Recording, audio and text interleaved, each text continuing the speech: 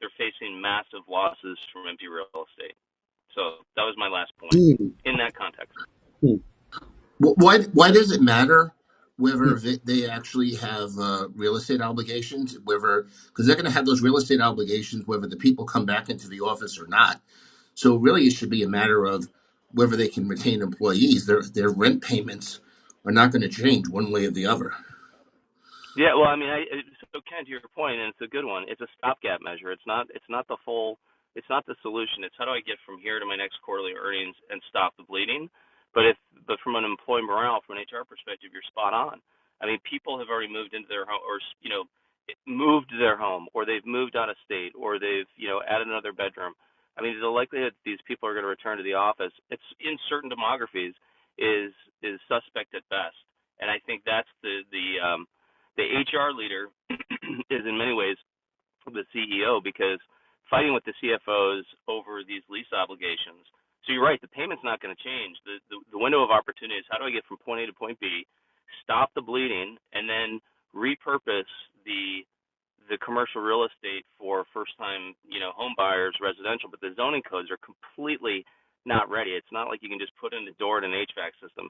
It is a massive, massive, massive overhaul. And I'm not pinning the tail on the donkey here, but when you think about these companies, it's like the CBREs and CB Richard Ellis, the JLLs, and Ken, I know you know who they are, at least in the U.S. But these commercial property owners are sitting on a powder keg of bad earnings, and they're just trying to stop the bleeding. And the smart ones will surgically repurpose where they can, kind of like Macy's on a different scale. When they went under, they had to figure out which Macy's in what areas could be turned into condos and lofts and sell off the other ones. So history is repeating itself in a different context with COVID, and technology has to figure this out. But I go back to the main point, which I didn't want to move off of, but I thought that would help for broader context. Why Elon did that has a lot of people, in my circle, which is limited, but in my circle, kind of scratching their head, going like, he's gaining so much credibility on so many different topics, but on this one, we're starting to question his sanity. And I think he's brilliant like the rest of us, but where brilliance shows up at a certain point in time kind of dictates the trajectory. But it touches a bunch of different macro and micro themes that I see unfolding. So that was my last point, Tyler. Thank you, Okay, Ken. sir.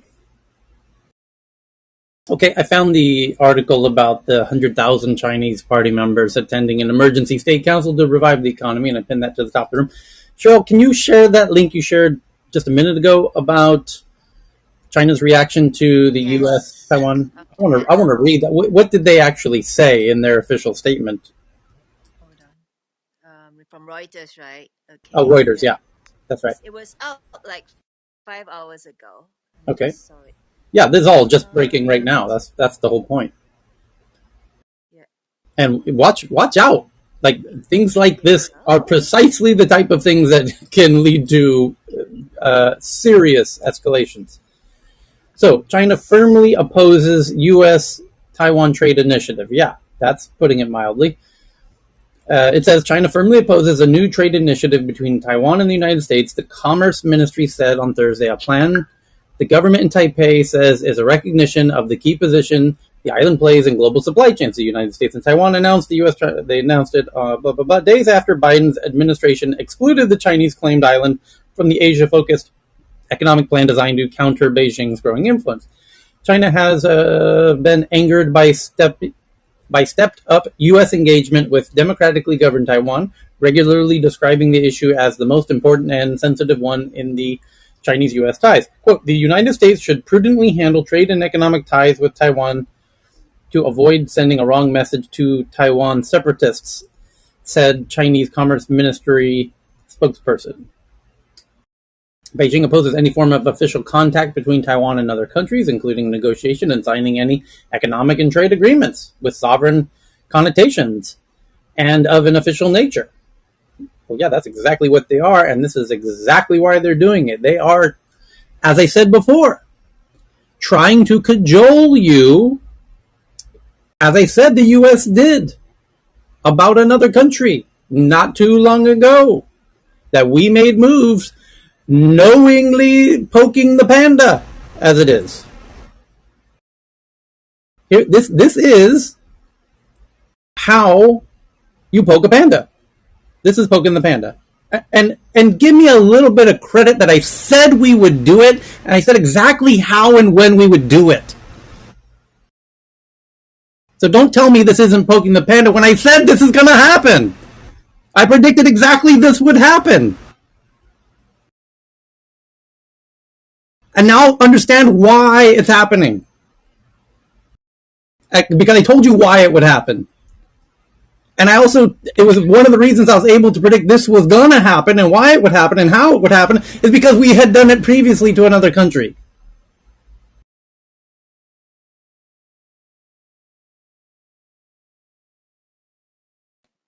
But there was no panda there. It was a bear. That wasn't a panda. That was a brown bear. This time it's a panda bear. Anywho, we are very clever. We've always known, we have always known that at any time we could force Putin and Xi into very, very, very dire, serious situations for their countries. Like that, in a heartbeat.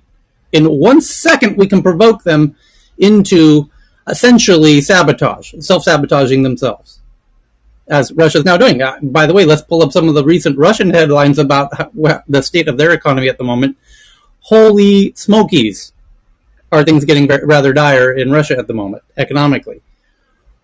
It is, and to what degree is that? We could debate for the next 5 hours what impact that's having on the U.S. Yeah, it's not pleasurable for the U.S. But make no mistake, Russia and China were absolutely way out in front in leading. Their big initiative was to get the world off the dollar, and boy, they had a united vision to do exactly that. And now we figured out a way to really stick it to Russia, in a really firm way, without risking any American young men or women, and By doing the it. way, As, Tyler, that's a yet. You're assuming this doesn't lead to some World War III. So I don't think any country was smart here. Like seriously, right. to where we If are. it turns into Okay. World War III, then it was stupid, of course. Yeah, time will tell. But I don't think we're going to get into World War III. By the way, Russia announced today that another country is going to be added into this war between Russia and Ukraine for supplying rocket launchers. So I'm curious who they might be implying. But they're going to have, yeah. But by the way, now you know why the U.S. today said, yes, we're supplying Ukraine with even more, better, bigger, heavier artillery, but with the condition that it cannot be used against Russia. So, because that's how you cleverly nullify the threat of Russia retaliating. It's like, no, no, no. We have a condition on how this is purely for defensive postures. If they use it for offensive on your territory, hey, that's on them. We told them don't do that. So you can't come after us. You can't, because they do. Russia wants to go after the people who are supplying them. It's like, hey, well, they're just using it for defensive. Just stop attacking them, and then you don't got nothing to worry about. Anyway, but watch how we are retaliating against Russia and China as a result of them trying to take down the dollar. So I have another view on that. This with taking down the dollar. What we also have seen happening now is that the coins are under attack as well, because the coins have been. Yeah, people are guessing that we're going to move to have international money transferring over the bitcoins and the other ones, and they have been, let's say, they haven't had the happiest weeks of their time lately either. Is that's also bound into this protecting the dollar thing. okay. Well, by the way, Iran's deeply involved in the dollar thing too. We'll leave that for another time. Tyler, So yes, is the Guardian based in the UK? Because yes. there's an article 3 hours ago. I just been on top. It says Russia is winning the economic war, and Putin is no closer to withdrawing troops. Okay, let's see what It's the an Guardian opinion has. piece, though. Yeah. Oh, so Larry Elliott. The Guar- You the Yeah. Guardian has been contested regarding their bias in this part. They have had several articles the last couple of days stamped as false news. I wouldn't count on them for right now. Well, they're rather kind of far leftish on the UK media spectrum. Um, Russia occupying 20% of Ukraine, says Zelensky. And yeah, it's an opinion piece. It's not even the Guardian's, you know, uh, editorial staff, right? If this isn't journalism, this is somebody just writing a blog post on the Guardian, essentially. Okay. And by the way, in regards to the coins and everything, there was a story that just broke in the last 3 hours that Chipotle, which is the big Mexican fast food company, uh, at least, I mean, they're here in the States. I don't know whether they have international. They said they're going to take Bitcoin and Ether. So when you buy it for your burritos, which is interesting because I'm going to tell you that the Nevada gaming regulators just looked at crypto, and they're not willing to approve crypto for most transactions yet because they're concerned about the volatility of crypto. And most importantly, because their gaming taxes are based on dollars. And they want to know if they're getting their dollars. So I mean that means Chipotle has had to make a decision that they're willing to accept the volatility, and or presumably they have a way of converting the stuff like instantaneously into dollars, because I'm sure they don't want to have a quarterly report that they report like a massive currency loss from crypto. Anyway, I'm done. Okay. Other non-tech news. I think we have to go into the tech news now. Did we cover? I think we covered. One, sorry, a little late to the party. You may have covered this, but have you seen Oh, the latest news about Putin apparently having cancer treatment and possible Parkinson's checkup from the director of national intelligence in the US? Apparently, 3 separate occasions that he's had appointments and/or surgery. I just Googled the words Putin cancer, and it came up with several articles in the past hour. One from Newsweek, one from The Guardian. And so, for example, the one from Newsweek says, exclusive, Putin treated for cancer in April, U.S. intelligence report says. Putin's health is a subject of intense conversation inside the Biden administration after the intelligence community produced its fourth comprehensive assessment at the end of May. The classified U.S. report says Putin seems to have reemerged after undergoing treatment in April for advanced cancer. 3 U.S. intelligence leaders who have read the reports tell Newsweek. Okay, well, by the time it gets to Newsweek, that means they're incredibly confident about this. Or this is some serious misinformation campaign propaganda going on here. I'm going to say it's in Newsweek. Confident of the source, Yep. as in it's the director of national intelligence. Whether Yeah, or not they're telling the truth or not is a different question. As you say, it could be a hit piece to right, hit morale. right. It's one of two. The fact that is it the director of national intelligence.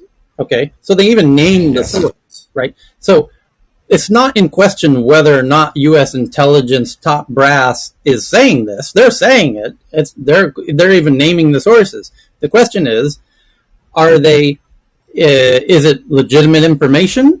And why are they sharing it with Newsweek? Why do they want the world to know that Putin had cancer or was treated for cancer, if it's true? Or why are they trying to create the narrative, the propaganda that he did? Well, it's one or the other. So let's read it and see if we can get a little more sense as to which of those two things it is. It says, the high-ranking officials who represent 3 separate intelligence agencies are concerned that Putin is increasingly paranoid about his hold on power, a status that makes for a rocky and unpredictable course in Ukraine, but it is one, they say, that also makes the prospects of nuclear war less likely. That's interesting. I would think it would make it more likely. Quote, Putin's grip is strong, but no longer absolute, says one of the senior intelligence officers with direct access to the reports. Quote, the jockeying inside the Kremlin has never been more intense during his rule, everyone sensing the end is near, end quote. All 3 officials, one from the office of the Director of National Intelligence, One, a retired Air Force senior officer, and one from the Defense Intelligence Agency, cautioned that the Russian leader's isolation makes it more difficult for U.S. intelligence to precisely assess Putin's status and health. Okay, but the fact that 3 separate sources are saying the same thing makes it, I think, more likely that the information is not propaganda, that they actually believe this. So it says, what we know is that there is an iceberg out there, albeit one covered in fog, says one source of our best intelligence, which is in contact with outsiders, largely dried up as a result of the Ukraine war. Putin has had few meetings with foreign leaders. Putin's isolation has thus increased levels of speculation. We need to be mindful of the influence of wishful thinking. Okay.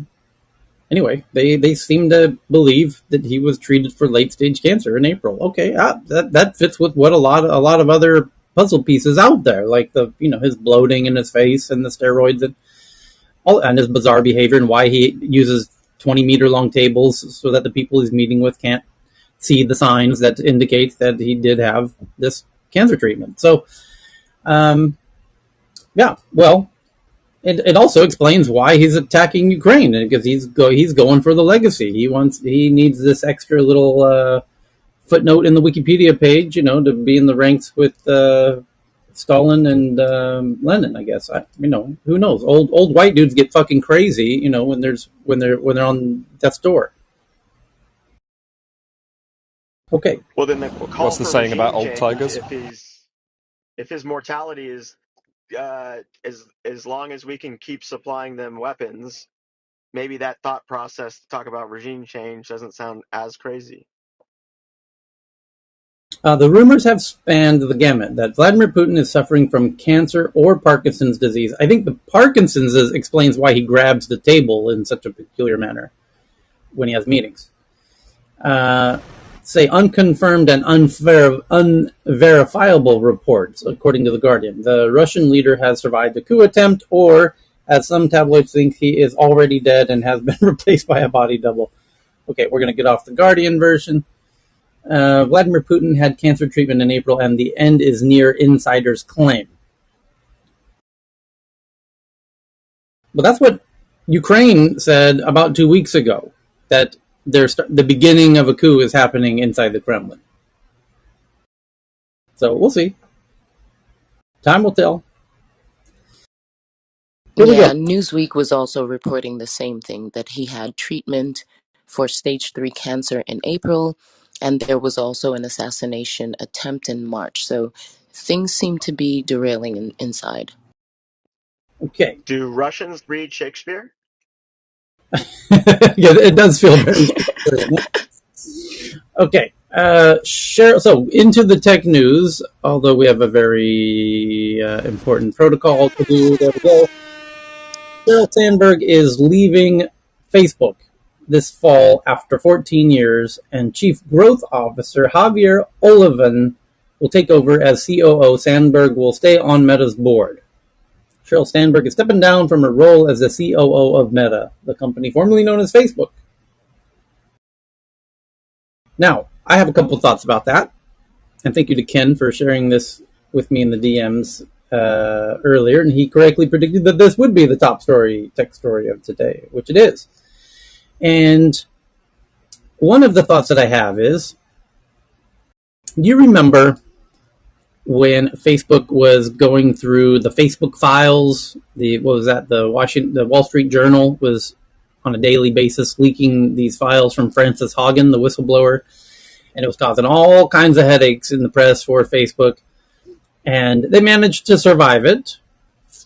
It did cause several Senate hearings and hearings on Capitol Hill and in the UK, in London, Parliament hearings or whatnot. And not so long after that, slightly during that, there was a couple of very high-level departures. You remember that? There was the CTO, interestingly stepped down during that time. There was another C-level departure, if I recall correctly. And I remember making the comment, somebody made the comment, that they have to be careful with any other high-level departures from here on out, and they have to really stagger these things out to reduce the appearance of rats fleeing the ship.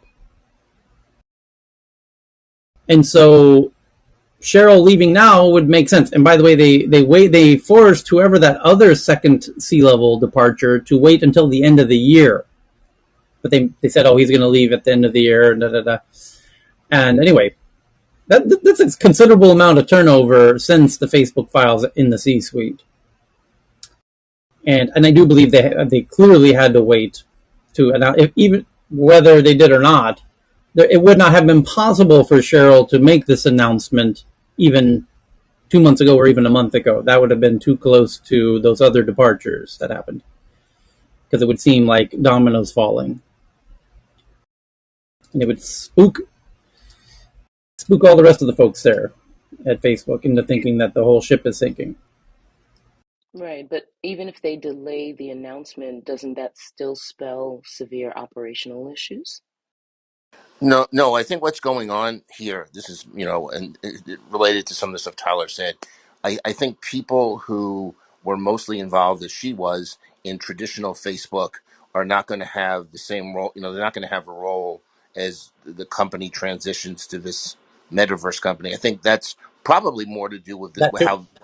why that CTO left. They probably want a CTO that's more metaverse oriented. Cheryl's got other issues. She used to be like this big feminist icon, and she's lost some of that shine because of some of the stuff that's gone on recently with her relationship with Bobby Kotick. And they blame her for she was basically in charge of a lot of these kind of like political relationships for the company. So when they had any kind of issue that they had, whether it was in Myanmar, there was an issue. If you read, there's a book that came out from two. One of them was a New York Times reporter. I forgot who the other one was. I have the book somewhere downstairs. I have the book sitting on my coffee table about Facebook. Apparently, she pissed off Nancy Pelosi, which is like, you're not supposed to do that, okay? And so a lot of the stuff that she was supposed to be responsible for, to not have these public relations disasters that she was supposedly better than Mark at, in the last few years haven't gone well. So I think her thing is more along those lines, and also probably that she's not going to have wouldn't have the same role in the quote unquote meta company rather than Facebook. Companies, when you have a company transition, it's rough. And then, by the way, it's the transition that's the risk. I don't think it's so much whether she's leaving or someone else is leaving. I mean, he's got to be able to make this pivot, and he's betting the farm on it, you know. And so, that's my thoughts. Okay. Well, there's also the fact that the ad network side of Facebook, which she no doubt was largely responsible for, is no longer the golden goose. Right. That was my point. The Yeah, company's transitioning. Right. Yeah. Yeah. yeah. I think you're right about that. And there is a tweet here from somebody. Ben Bergman says lots of new details. A former high-ranking employee said Sandberg's exit has been a long time coming. Although it's publicly described as a resignation, another manager-level employee was adamant that Sandberg had been asked to leave. That's some hot shit right there. Okay, so there's a few. Oh, there was something else, Tyler, and I don't think any one thing, is the cause, because you don't lose this job that she has with her relationship with Mark over any one thing. But maybe 2 or 3 conference calls ago, you remember, like, you've seen like Snap make a couple of announcements. So not the last quarter, or not what Evan Spiegel just said, but maybe 2 quarters or 3 quarters ago, Snap came out and said they're having a problem with advertising because of Apple's new opt-in situation. Right. And right after that, Facebook did their call, and Cheryl was the one who got on the call and said, "We don't have as many issues, and we're finding solutions to them." And that kind of calmed the market for Facebook. But the very next quarter, Facebook had to admit that they had similar problems to Snap. So I think she lost some credibility there as well. And again, I don't think that one thing is. I think it's just the whole layer of things that I just laid out. But I just was reminded myself that was kind of a major faux pas. Just not that recently. Mm-hmm. Okay, next big topic. from The Verge. It says it's a new story that a developer finds that Twitter appears to be working on Search Subscribe, which will let users opt to receive notifications for new tweets matching a search query. I'm sure you could rig that up on your own right now, actually. Because I used to do something very similar to that, actually. Incredibly similar. Twitter's building a tool for keyword alerts. Yeah, I rigged up a solution for that. In case you need more Twitter notifications. So now you could get notified if you're a business about something going on with your business or your competitor's business or some keyword about your business. So they say it's like Google Alerts, but for Twitter. Yeah, that's super valuable. That's easily monetizable. Twitter appears to be working on a feature called Search Subscribe, which will let users opt to receive notifications for new tweets matching the search query. The feature was first spotted by developer Dylan Russell and appears to put Twitter's bell notification icon next to the search box in its app. Well, that's a great interface for how to do it. You do a search in the search box, and then it can say, do you want to be notified when there's new items that appear in this search? Sure, I do. Search Subscribe is only showing up in the Twitter Alpha app for now, so you shouldn't take this as a sign that it's imminent or even definitely coming, but it's an interesting idea and yet another attempt from Twitter to make it easier for users to find the stuff they're actually looking for. Yeah, well, now it's being pushed to you instead of you having to pull for it, which is great. Right now, you can get notifications for individual users or selectively mute or block things by keyword, but you can't opt into specific tweets rather than specific tweeters. Okay, anyway, that would be cool. So, the next story is the Department of Justice charges. Oh, before I read the rest of that headline, let me ask you this.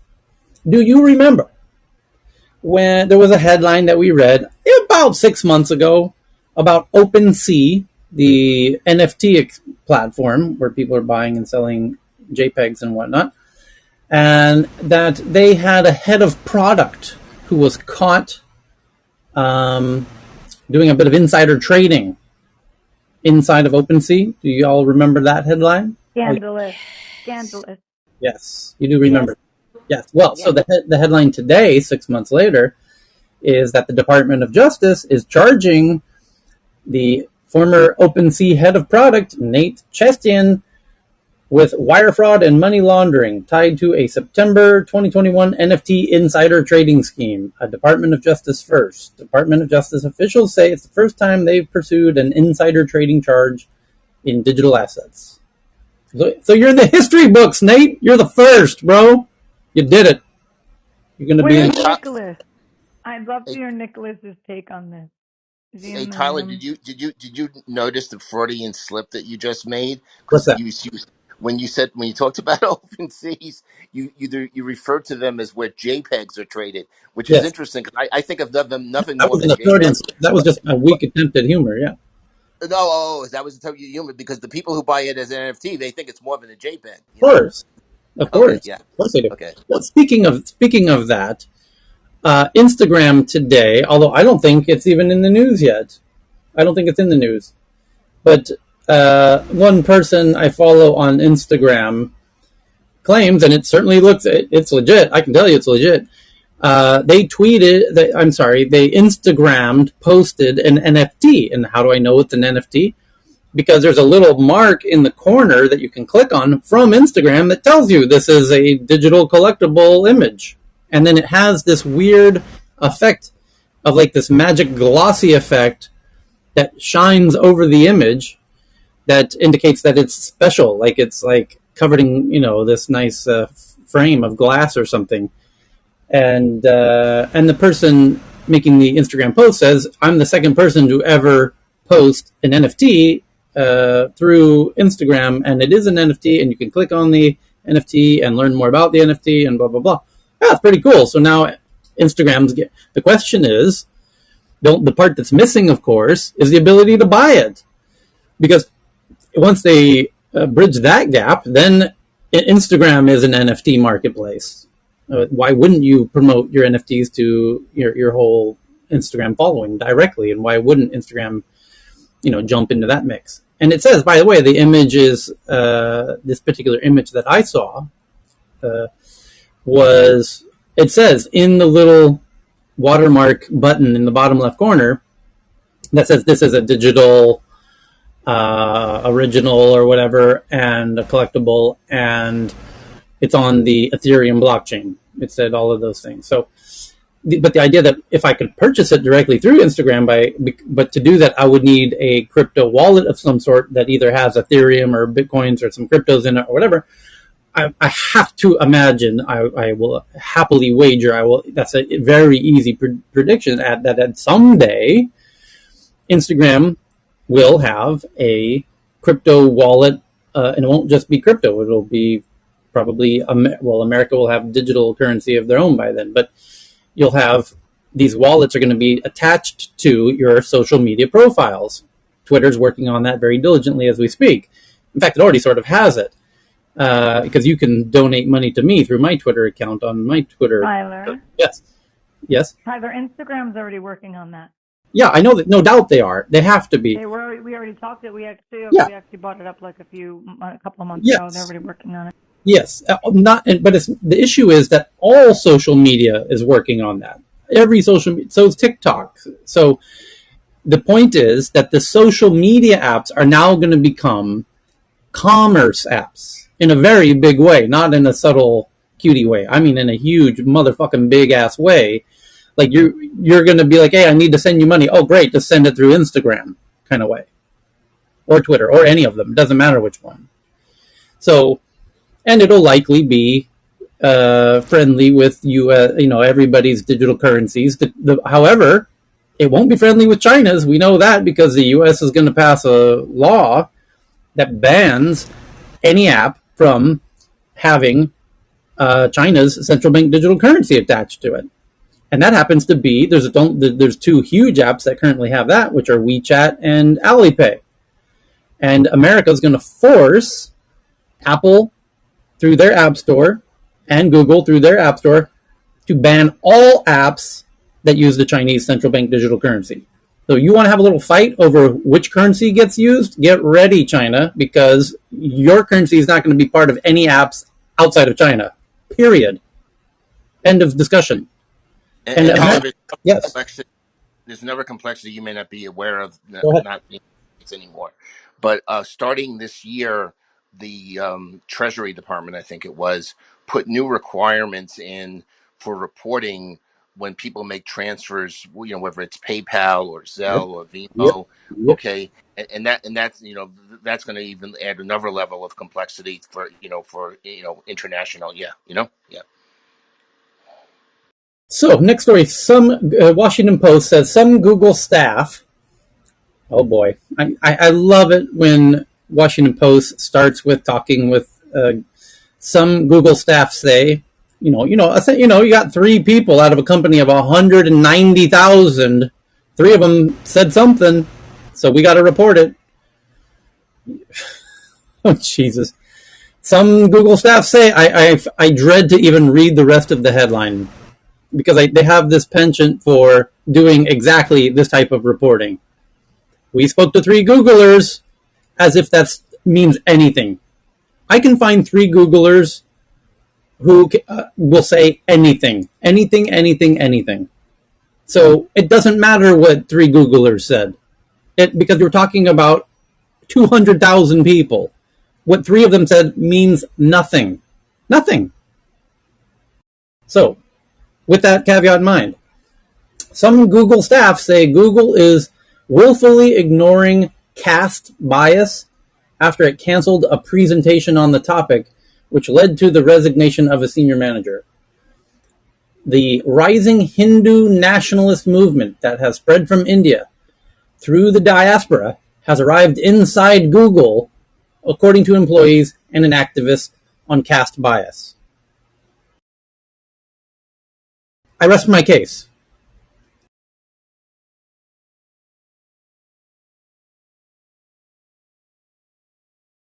Google's plan to talk about caste bias led to division and rancor.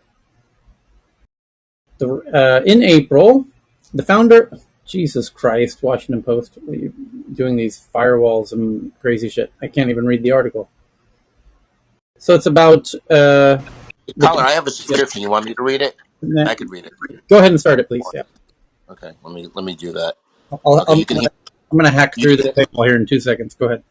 you can hear me now. So Yeah, you left it off after the first paragraph, right? So I guess just so. the It says in headline. April, right? So in April, and I cannot pronounce this person's name. It starts with first name starts with a T. His last name starts with an S, and I have no idea how to pronounce this name. It's like 50 letters. The founder and executive director of Equality Labs, a nonprofit that advocates for Dalits. Is that the right term? I don't know. Or members of the lowest ranked caste, was scheduled to give a talk to Google News employees of Dalit History Month, but Google employees began spreading disinformation, calling her Hindu phobic and anti-Hindu in emails to company leaders.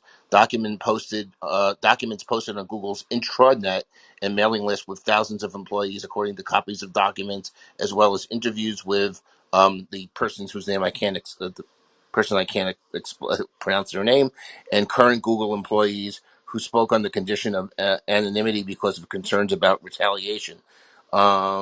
I want to be able to call this person something because they keep referring to her. It's like Sound something, like Sound Arabian or something. Sound Arabian appealed directly to Google CEO Sundar Pichai, who comes from an upper caste family in India, to allow her presentation to go forward. But the talk was canceled, leading some employees to conclude that Google was willfully ignorant, and they're missing a word, but willfully ignorant about caste bias, even though they left out the word about. Um, Tanuja Gupta, a senior manager at Google News, who invited Soundarjarian to speak, resigned over the incident, according to a copy of her goodbye email posted internally Wednesday and viewed by the Washington Post. Sound Arabian, who has given talks on cast at Microsoft, Salesforce, AirHub, Netflix, and Adobe, said Equality Labs began receiving speaking invitations from tech companies in the wake of the George Floyd protest. Most institutions wouldn't do what Google did. It's absurd. And this is a quote from somebody. This is from her. This is from Sound Arabian. The bigoted don't get to set the pace of conversations about civil rights, she said. And they actually have a picture of her in the article if you were able to open it. Yeah. Um, and longtime observers of Google's struggle to promote diversity, equity, and inclusion says the fallout fits a familiar pattern. Women of color are asked to advocate for change, then they're punished for disrupting the status quo. Um, and then they actually have, it looks like, some of the copies of the documents. Well, this is they have a letter from the principal here. I'm not going to read the whole letter. There's like a whole attachment that I'm looking at, but it's in really small print, and I'm reading it on my phone, so I'm just going to give up on that. But hopefully that helps. Thank you. Anyone from India want to chime in on that one? Tyler, this is a little hearsay and it's really stretched because I can't imagine something like this happening in India itself, where we are so diverse with so many levels of religions, caste, diversities, economic backgrounds. I mean, I would say this is an exaggerated hearsay, but since they have documents and an incidents quoted by three, there's no smoke without fire, I would say. Okay. Well, okay. We'll leave it at that. Okay, next. Let's go to the next one here. The Solana blockchain was down for about 4 hours yesterday after a bug blocked consensus. Network validators disabled the feature to restart the network. Solana is now down 11% for the day as Solana dealt with another period of downtime, forcing a rollback and a restart. Yeah, that's not good. That's going to cause mistrust if it's not able to stay up. I mean, it's pretty much as simple as that. But this is not the first time, nor will it be the last, ostensibly. They seem to struggle with that. The next is from Reuters that Amazon plans to stop supplying Chinese retailers with Kindles. So they're not going to be selling Kindles in China anymore, basically. And will close the e-book store in China. And they will remove the Kindle app from China. Amazon said it will stop supplying retailers in China with its Kindle e-readers from Thursday and will shut down the Kindle e-book store. Blah, blah, blah, blah, blah. You're seeing quite a bit. I can find a whole lot of other headlines related to Amazon in China, nearly all of which will paint a picture of China de-risking its position in China, backing away, cutting ties with China, with sellers in China, just reducing its footprint in China, very notably. Similar to Apple, like we talked about yesterday. And is that a coincidence? Maybe. But I do remember a handsome tech bro telling us that this was going to happen. That the big American companies were going to be de-risking themselves and their positions in China. And it's happening every day. Yes. Sorry, Tyler. What happens if China decides to start regulating what can and can't be exported to Amazon sales? Because most of what they sell on Amazon is Chinese exports. A lot of it direct from Chinese distributors and factories. Ooh, that's a great question.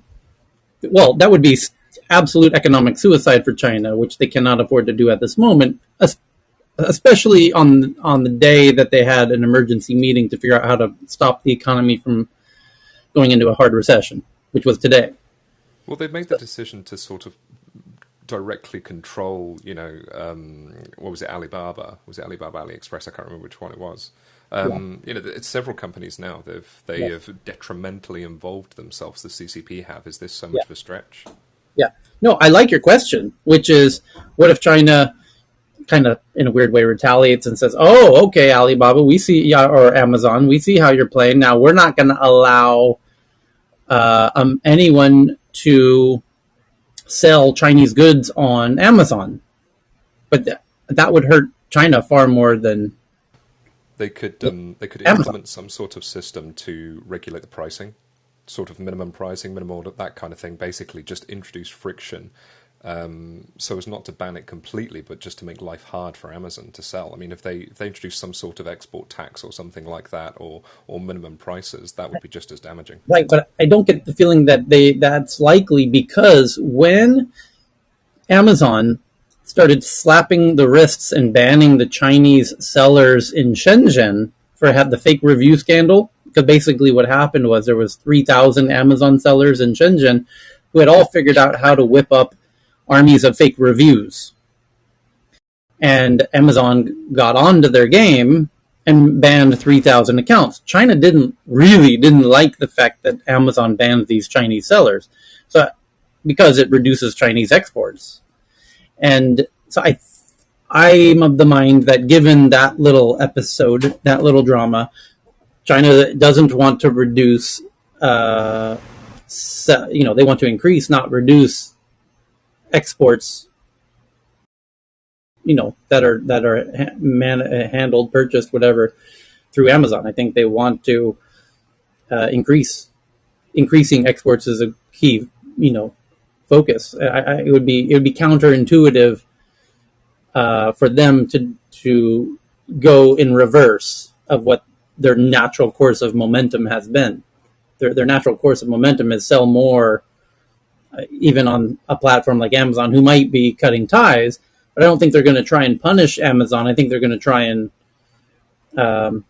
hope that Amazon, doesn't continue to backpedal and try and play nice and not adversarial against them. Similar with Apple. I don't see China retaliating against Apple either.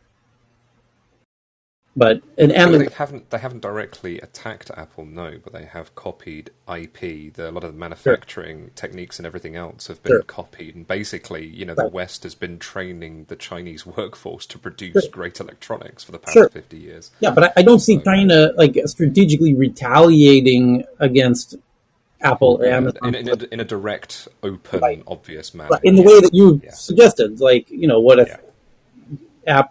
China does this? I don't. That doesn't seem like that their type of style to do that kind of a move. It would be like I said, it'd be more painful for China, than it would be for anybody else if they did do that move. So I think it's not in anybody's interest that they would do that. They might come up with other clever ways to, quote unquote, penalize or retaliate, but I don't think it would be that way. So, more cord cutting. Tyler, Yes. I have an addendum to that conversation with the Tesla battery engineer guy.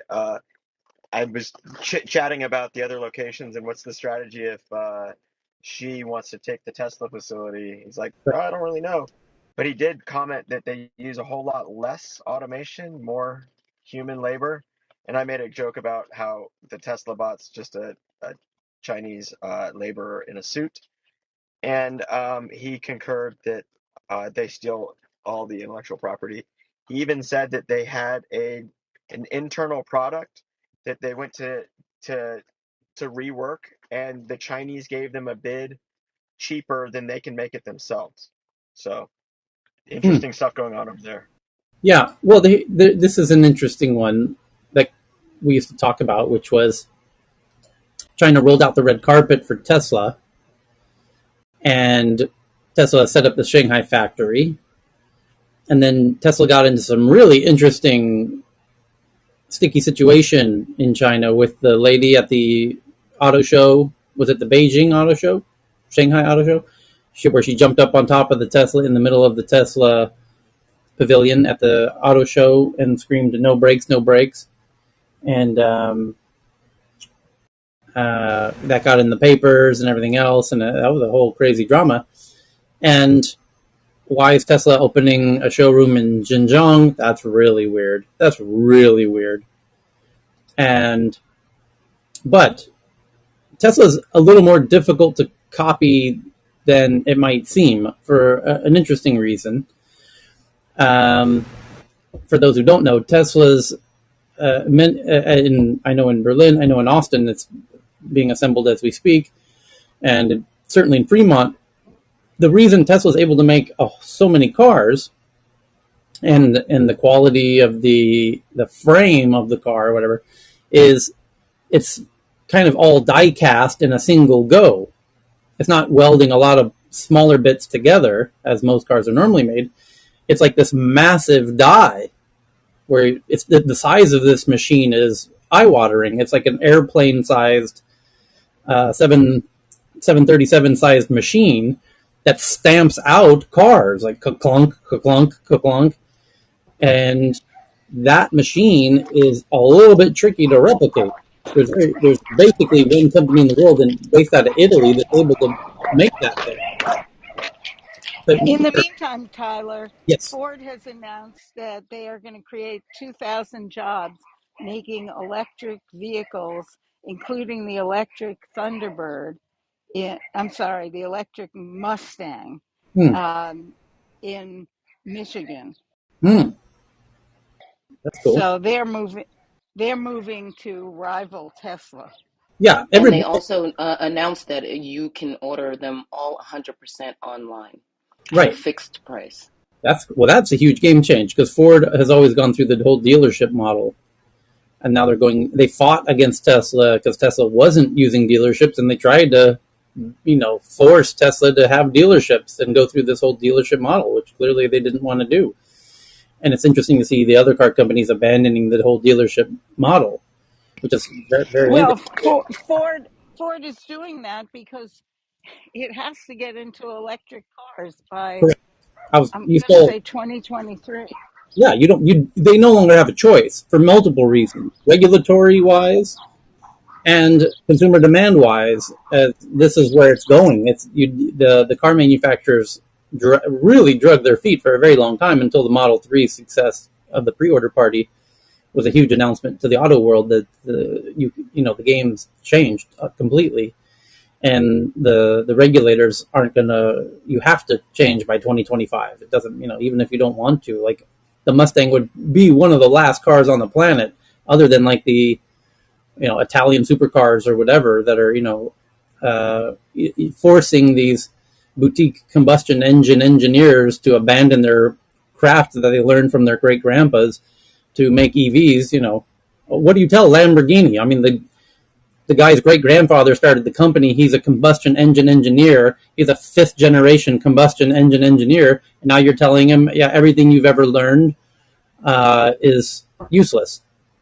You must make an EV without a combustion engine. He's like, well, the CEO of the company is a combustion engine engineer. What are you going to do?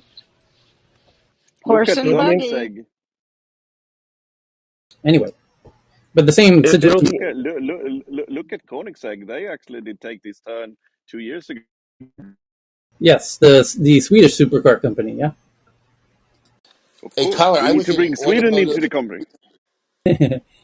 Yeah, Tyler, I was in an automotive clubhouse room, like the people who actually own dealerships the other day, Uh-huh. I mean, which I had never been in before. It was very interesting. I mean, and they're all talking about this issue of, the companies not going to dealerships anymore. Mostly, it's pronounced in Europe. They're saying it's. I think Volvo just was starting to sell direct in Europe or something, but they're seeing it spread even into the states now. Of course, in the United States, it's a state by state franchising law that gives them some protection. But the whole trend of that, that what Tesla started about basically owning the distribution and not having to have dealerships is becoming more pronounced globally. And so I mean that's going to shake up the industry. And like one of them was talking about. I mean, it wasn't his business; it was like some other friend of his business. He says, what does he do with this thing? You can't sell it to anybody. It's basically a stranded asset. Once you don't have the relationship with the manufacturer, so that's kind of a big deal in the auto industry. And I'm done speaking. Thanks. I wonder just quickly as well if the direct sales helps with like handling recalls and stuff, because a lot of these companies, you've had callbacks from the likes of sort of GM and the Leaf and that kind of thing. And it's embarrassing, right? So if you've got a middleman and you're sending out these vehicles to the middleman and you're saying, look, push these, get these sold, we need to catch up. But you're continuously bringing them back because they're actually half-assed and not quite designed properly and the batteries aren't designed properly. If you're selling them direct, then there's no middleman to get in the way there. You can just issue the callbacks, get them back, get them fixed, and get out.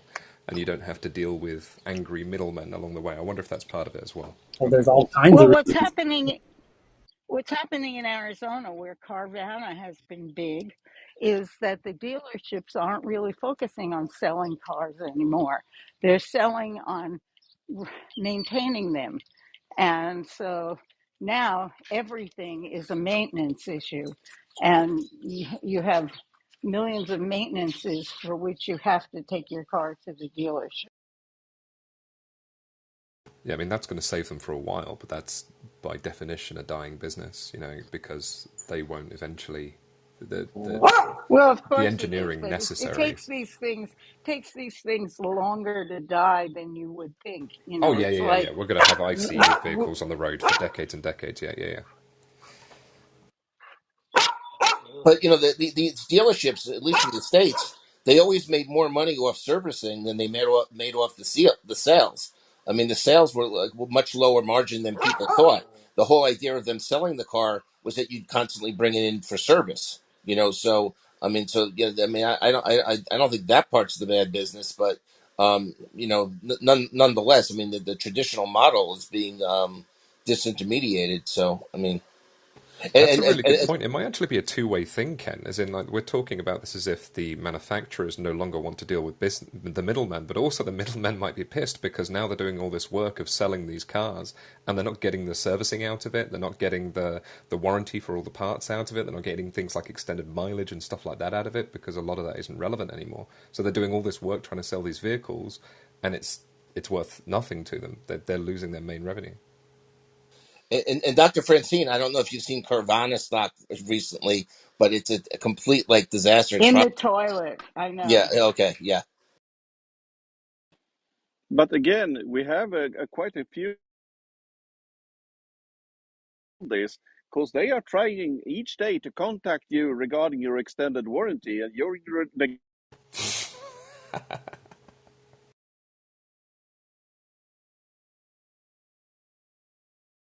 Somebody got cut off there? Ken, with Carvana is they can't get car. Francine, you're in the Matrix. You're in the matrix. Okay. So we'll come back to you, Francine. The next one is that Google launches Google TV app for the Apple iPhone, iOS, after moving the Google Movies and TV section from the Play Store to the Google TV app, letting users use their phone as a TV remote. Google TV has had a busy couple of months with a variety of changes, launches, and updates. I didn't even know there was a Google TV app. I'm an Apple user. Oh, Stay away from it. It's a it, disaster. it looks like Apple TV. It does look like Apple TV, but it's built in, for example, for Sony, and I'm thinking of a couple other brands, and I'm telling you, it's a different experience having your TV reboot itself in the middle of a show, freeze up. It's a disaster. It's Or show terrible. ads. Are you guys talking about Chromecast? Yeah, No, Chromecast. No, not Google TV. Google Oh, TV. Google TV. Android TV. Yeah, Okay, that's different. Okay. it looks a whole lot. I mean, this is a shameful clone of Apple TV, is what it is from an interface perspective. Will it be a two-way street? Like, will the Apple remote be on the Google TV? On Android phones, you mean? Yes. I mean, if they are opening gates one way, I was just wondering if it's a two-way street. It must be there already. On an Android device, certainly you can have an Apple TV app, I'm sure. No? Does anyone have that? I don't have Apple TV, so I can't say. Yeah. Do I someone don't have have an Android? Android, so I can't confirm. Next up, U.S. Cyber Command. The head of the U.S. Cyber Command confirms that the U.S. military hackers have conducted cyber attacks in support of Ukraine in response to Russia's invasion, which confirms another conjecture that I uttered once or twice, that the U.S. government was helping from a hacking perspective Ukraine. In an exclusive interview... Is this any different from the hacking that they normally do, that they have been doing continuously, week in, Sure. week out, for the past however many years? Yeah, well, let me... Yeah, all government, And all government, created a full department for it. right? Yeah, I mean, just for those who are not... from what the sense that I get is the U.S. is unreservedly doing everything from every agency you can think of is assisting Ukraine, from every intelligence agency, the Pentagon. It's an all hands on deck a proxy war, essentially. Like, the U.S. is really engaged in this fight against Russia, which is why this country that you couldn't spell or didn't know existed, 3 months ago, is withstanding, fighting one of the world's biggest, most powerful armies. As we're using our satellites to tell them where the tanks are parked and everything else, and everything we can possibly do. We are assisting and cajoling our allies to, give them planes in every possible way that within measure, because we, at the end of the day, we do want this thing to get dragged out as long as possible, because the whole plan is to bring Russia to its knees economically. That's literally the plan. So, yeah, we're going to drag this thing out and happily assist. Although people are starting to ask really good questions, like, how is it that we have $40 billion to give the Ukraine to keep fighting Russia when there's so many homeless people on so many city streets? Great question. Fair question. $40 billion is roughly the budget of the city of Los Angeles, by the way.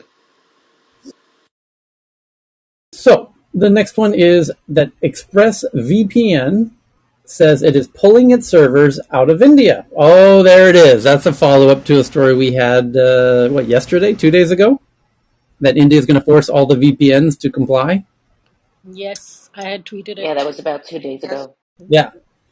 So ExpressVPN says it's pulling its servers out of India. It doesn't have a choice. Well, it does. I mean, they would be compromised and be, if you're a VPN company in India, you're basically just lying that you're a VPN company. You're providing all the details that the government wants. If you want to be in India and address that sweet, sweet, juicy, juicy billion plus market, then you have to do what Mr. Modi says, or you get the fuck out right now. Got it? Do you get it?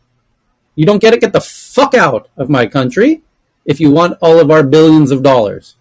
If you want to stay, you give me the data. Thank you very much. Or you get out. And the problem with the VPN is the VPN's, the core of their business is to protect the user and their data. So they literally have no option. There is zero option for this. Either they lose the India or they lose all of their customers worldwide. Correct. So they're caught. But the same game is, in Russia, in China. No doubt China and Russia do the same thing to VPNs and everything. And so the VPNs who do operate in any kind of legal way in those territories, you better bet every fucking penny you have that those companies, those VPNs are giving those countries what they want. And the weird part is that India, this is somewhat uncharacteristic for the mental image that people have of India. Even many Indian people are like, what the hell's going on now? We're turning into a surveillance state. It is quite concerning. And it's anyway. Sorry, Bibi, you were trying to jump in. As China is, Sorry, Bibi, I'm going to mute you because you are in the matrix. Sorry, I changed my connection. Is it better? Yes. Okay, I said because we all know in China the VPNs is under surveillance as well. So a selling point about the VPNs there is you can watch like the online streaming of other countries. I mean like Netflix or Disney Plus because the programs are different by countries. So like in China, you might not see those Marvels in the US. So because right now many YouTubers are they put a lot of advertisement for those YouTubers, so it's one of the biggest selling point of those VPNs there. No, Bibi, I think Tyler is saying that even if those VPN is allowed to operate in China, Yeah, you just but have I to take it for mean, granted that the data is shared with CCP. That's yeah, what he's saying. but I mean, just like who said that? Sorry, I forgot, Carl. Because you said you like in India, if you want to keep there and you want to have your clients, so you just leave there or you just to comply. So I mean, there's other business model for this. Okay. Well, speaking of funny business models about data, the next one's from Bloomberg. It says that Canada's privacy regulator finds that the coffee shop chain Tim Hortons, which is a fantastic chain out of Canada, by the way. So for the people who have not had the pleasure of traveling around Canada, Tim Hortons is a cooler, better version of Starbucks or whatever your favorite big massive brand, coffee chain brand is in your part of the world. Like Costa Coffee in the UK or whatever. Tim Hortons is much loved in Canada, and for good reason. And so the idea, the fact that Tim Hortons has now, Canada's privacy regulator finds that Tim Hortons illegally collected customer location data from its mobile app without user consent. Tim Hortons, the ubiquitous Canadian coffee chain owned by Restaurant Brands International, violated Canada's privacy rules. Why? Why, Tim? Why would you do that? That's such a weird thing, specifically for a coffee chain, a cafe chain, whatever you want to call it, that has an app. Their main product is selling selling their consumables. It's such a weird thing to collect location data. It doesn't make any sense. Yeah, but Carl, they might want to know where their users are. Location data actually becomes pretty relevant, so they could see where clusters are and They where want to know people where to are. build new stores. Yeah, Yeah. but Yeah. The other weird And one, though, to your point, is all they had to do is in their, I don't know Just specifically ask for it. privacy. Right. No one's reading that Right. Just policy put it in their anyways. privacy policy.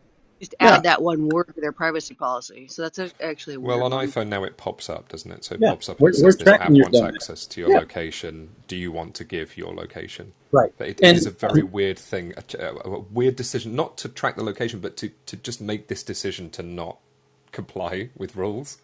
It's very strange. Yeah, it's and unlikely an affirmative or a objective decision, right? More like a mistake in some way, because it's just too easy. That's too easy to comply with.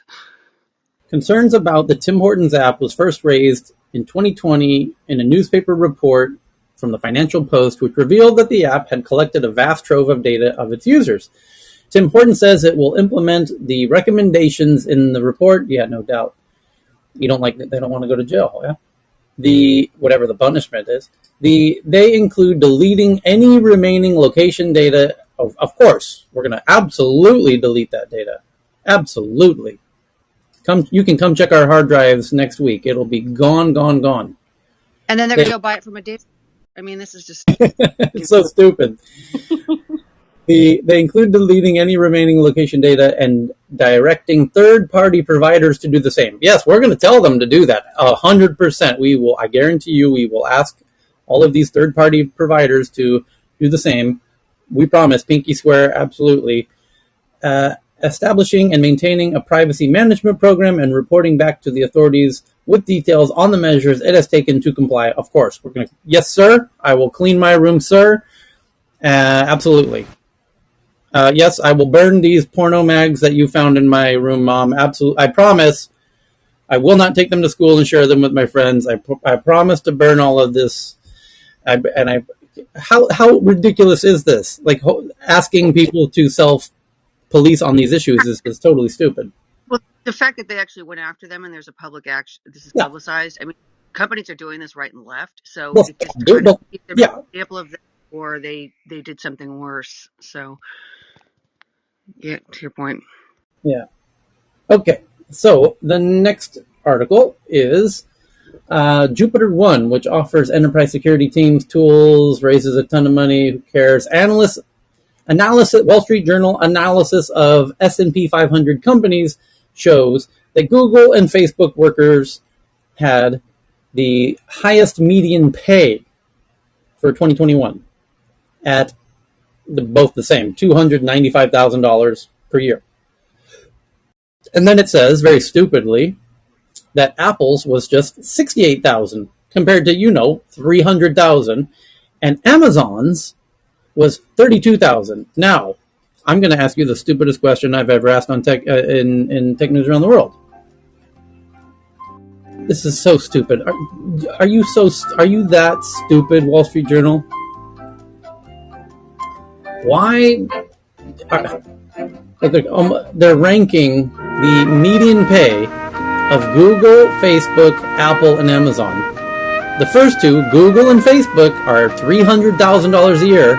Apple at $70,000, Amazon at $30,000. Can you figure out why those are so different? It's the easiest question in the entire world, of course, because Apple has tons of people working in retail stores at $15 an hour. Tons of thousands, which offsets the median or the average completely. Facebook doesn't have retail lemmings, nor does Google. They have one store in Chelsea, right? So when you don't have armies of people making $10 an hour, yeah, your average is going to be very high, $300,000 a year. Apple's is going to be a lot lower because they've got a whole bunch of stores where people make $15 an hour. So, of course, their average is going to be much lower, $70,000 a year. Amazon even more so because they have warehouses. In fact, they're the second largest employee in America, nearly tied with Walmart for 1 million employees, making, I don't know, $3 an hour or whatever the price they pay those poor people. So, of course, theirs is going to seem incredibly low at $30,000 per year. The engineers, the people inside the offices, it's almost certain that the Apple employees are making more than the Facebook or the Google employees. So to rank them in this way is totally nonsensical. Who cares what the average is if you're going to bundle in the retail employees at the Apple store as somehow being equivocal to the people working in the UFO, in the mothership in Cupertino? What a weird way to calculate the stuff. Great analysis, Wall Street Journal. You cracked the code. You've got a huge spread there between Apple and Google. Huge. 300,000 versus 70,000. Gee, apples and oranges much? No pun intended. Okay. The next is managed cybersecurity and intelligence services provider called ReliaQuest is acquiring some company you never heard of. Who cares? Next is from the Wall Street Journal.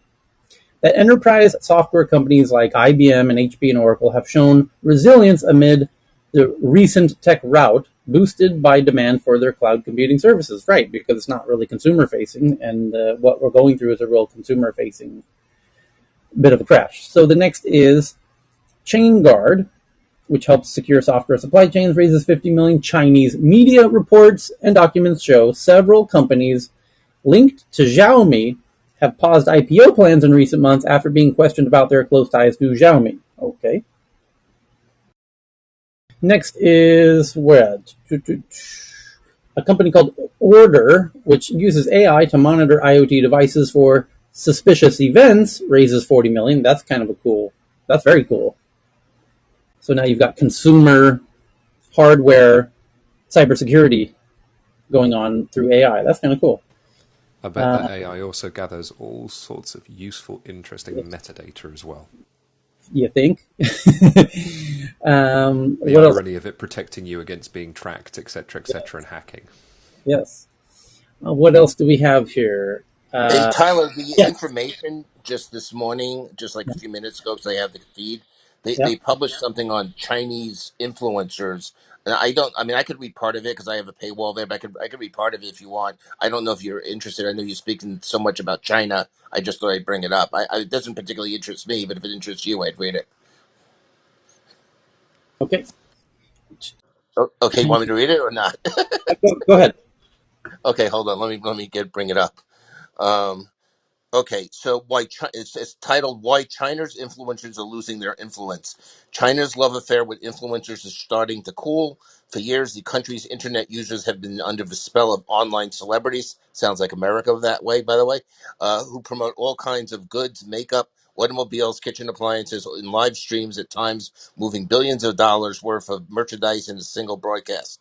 Consumer brands were so eager to get in on the action that a year ago, one Beijing-based consulting firm, which was titled WPIC, that's the four letters, was helping all 40 of its e-commerce clients nab coveted and pricey slots for their products on influencers' live streams, according to WPIC CEO Jacob Cook. Those clients included the American blender maker Vitamix, which appeared on a shopping broadcast hosted by Wang Wei, a wildly successful Chinese internet celebrity, better known as VIA, if I pronounced that right, VIYA.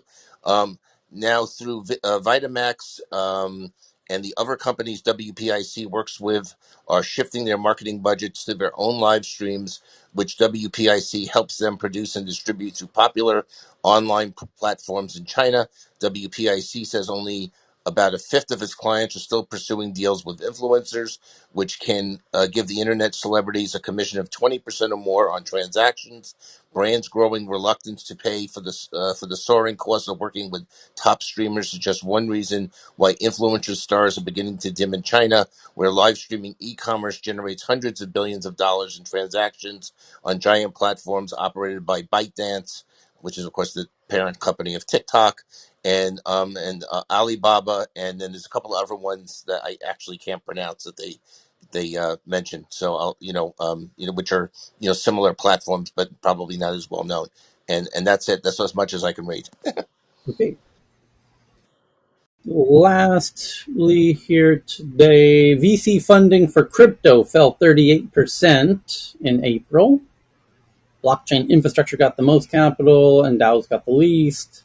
FBI says it thwarted a planned cyber attack by Iran-backed hackers on the Boston's Children's Hospital after receiving intelligence from an unspecified partner.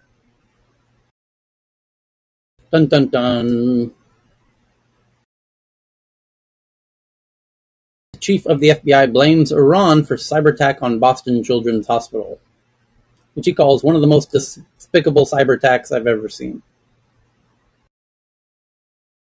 Okay, what else? Google plans to combine its Duo and Meet video calling apps into a single platform later this year.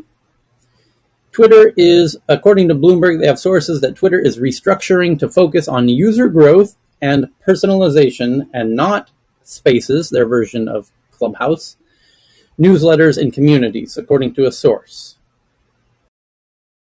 And there you go. Those are your big, boring tech headlines for today. And now we get into the tweets. Yes? I think there's one 10 minutes ago regarding the Luna guy. Do Kwon? Yeah. Oh, former federal prosecutors say Do Kwon is unlikely to face prison as it will be hard to prove intent to defraud, but fines and lawsuits are more likely. So it's the old classic shady or stupid. It's so many problems in life boil down to the person was either intentionally shady or just stupid, and it's very difficult to prove that they were intentionally shady. Which, by the way, Amber Heard was just found to be proven to be intentionally shady, that she was intentionally acted with malice. So that's why she's in such deep shit. If it was not intentional, if it's just pure stupidity, then you can get away with it. And that's exactly what this article is talking about, that the federal prosecutors are saying he can't face prison because it will be hard to prove that he intended to defraud. Yeah, but Tyler, there's a difference here because the Oquan thing is criminal and Amber Heard is civil. And as you know, the standard of proof is in a civil trial is much lower. It's only preponderance of evidence, so they're really not comparable. Yeah, well, they're comparable in the sense that in both cases, there's the issue of intent is what I'm talking about. The issue, and I'm extrapolating this to so many difficulties in life come down to if the person. But when in a civil trial, you only have to have the preponderance of evidence that there was intent, as opposed to beyond the shadow of a doubt, or Right. that type of. In America, there's 200 countries. Every country has different rulings on exactly this issue. Amber Heard was in America. My point goes far beyond the American legal system. My point is for all of humanity, which is shady or stupid. People either act out of stupidity or out of malice, and it's often a fine line. And how you respond to the person it often is based on whether you think they're acting intentionally with malice or out of stupidity. This happens all the time, even at the supermarket. The idiot behind you at the supermarket bumps you with the cart. Did they do it on purpose, or was it an accident? That's it. It happens constantly, this issue.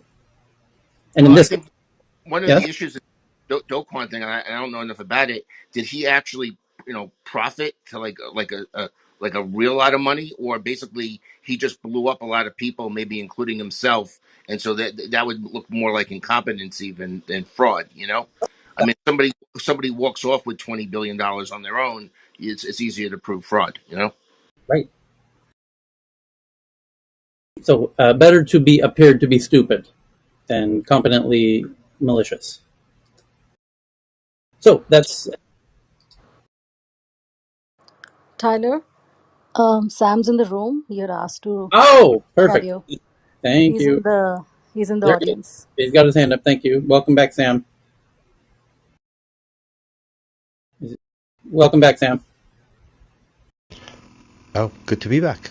Yes. Thank you for coming back. I just wanted to apologize for being a little unnecessarily harsh with you yesterday when we were talking about water scarcity in California. Oh, no problem. I have thick skin, so no worries. All right. Appreciate it.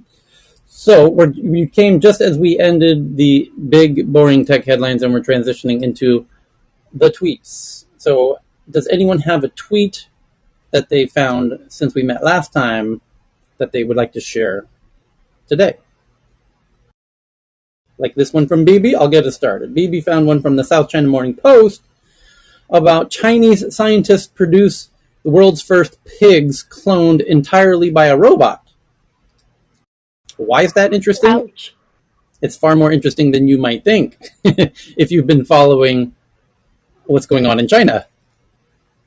Chinese scientists produce world's first pigs cloned entirely by a robot. The team at Nankai University in Tianjin says that removing humans from the time-consuming and complicated process has helped improve the success rate.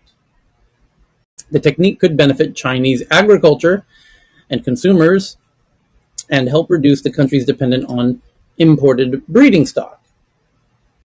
We're going to clone the pigs. What could possibly go wrong? And the artificial thing, maybe we could connect that together. Well, where it gets interesting is because we've read other headlines about that implicate that China potentially is interested in growing humans in a not so different way to fix their incredibly declining birth rate,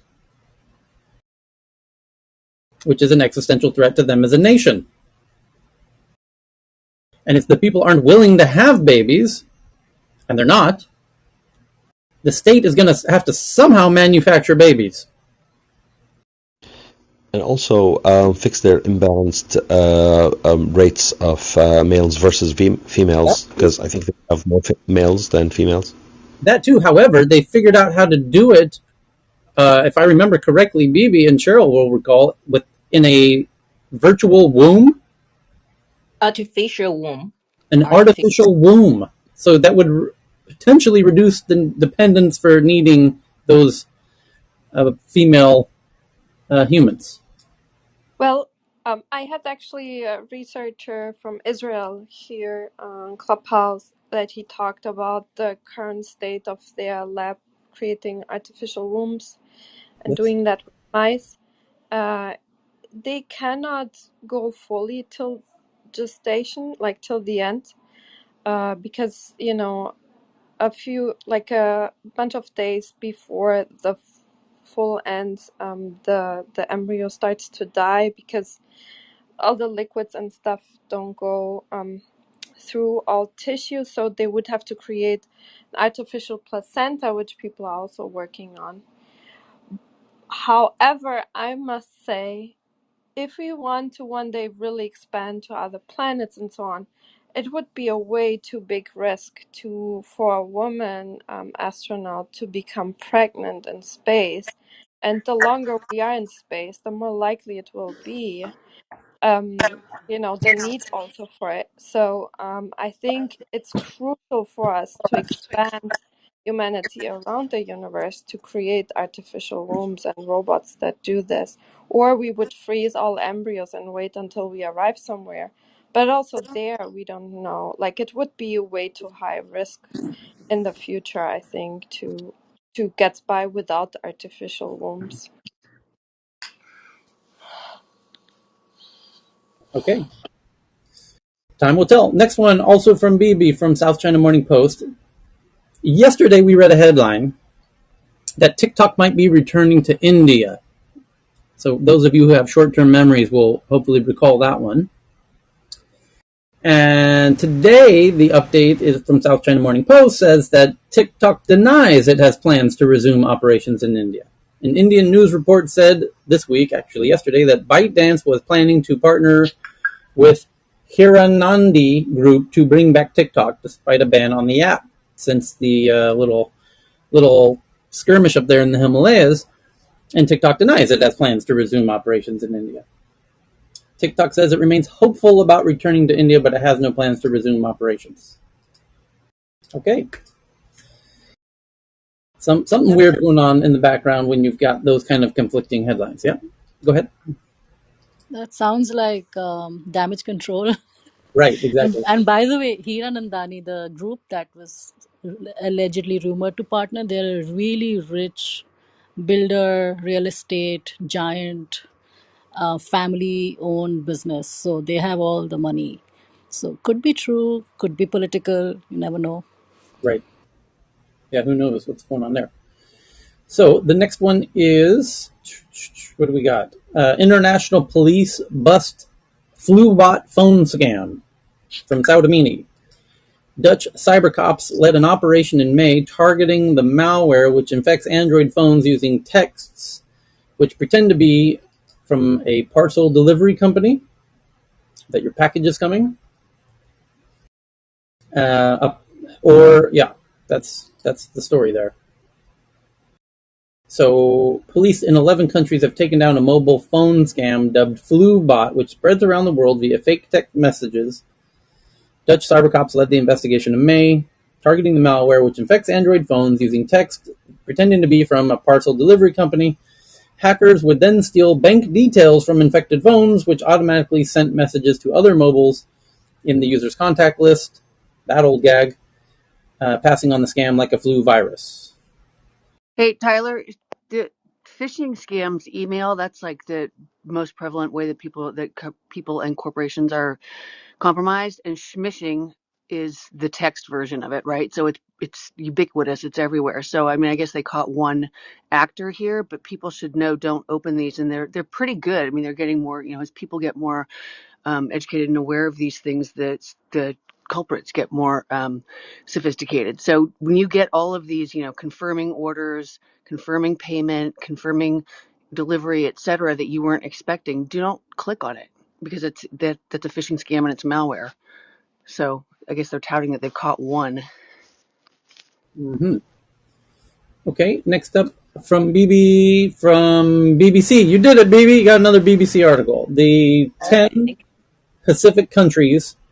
It says, has China's Pacific ambitions been thwarted? China's Foreign Affairs Minister Wang Yi has been on a marathon tour across the Pacific Islands. Some of you will recall he was kind of rebuked by Fiji, where it was expected there was going to be a signing of some agreement, and the Fijians said, "Yeah, we don't think so." A sign of Beijing's willingness to close a sweeping trade and security deal with 10 countries, 10 Pacific countries have declined to sign a sweeping security deal proposed by China.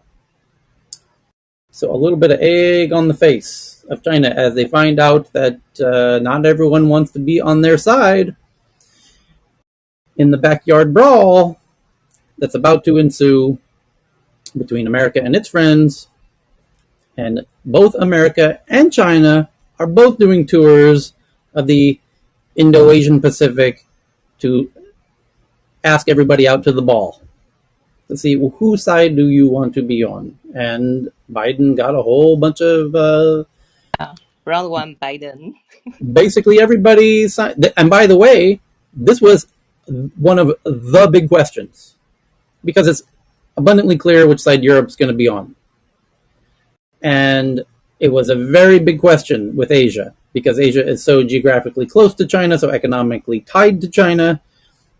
I'm here in Thailand, and it's not at all clear which side many of these countries would lean on if they had to choose. And the U.S. and China are are essentially politely asking each of these countries to the dance. And the question is, who are you going to go to the dance with? And so they're asking, Singapore and Vietnam and everybody. And it's known that Cambodia is going to go with China and Myanmar is going to go with China. It's not really clear who Thailand is going to go with and everything else. So both countries are both busy asking all of these countries to the dance. And this headline, it has far bigger implications than you would think. Most people are going to read that headline and think, so what? No, not at all. This is huge. This is deciding who's on whose side when shit gets real.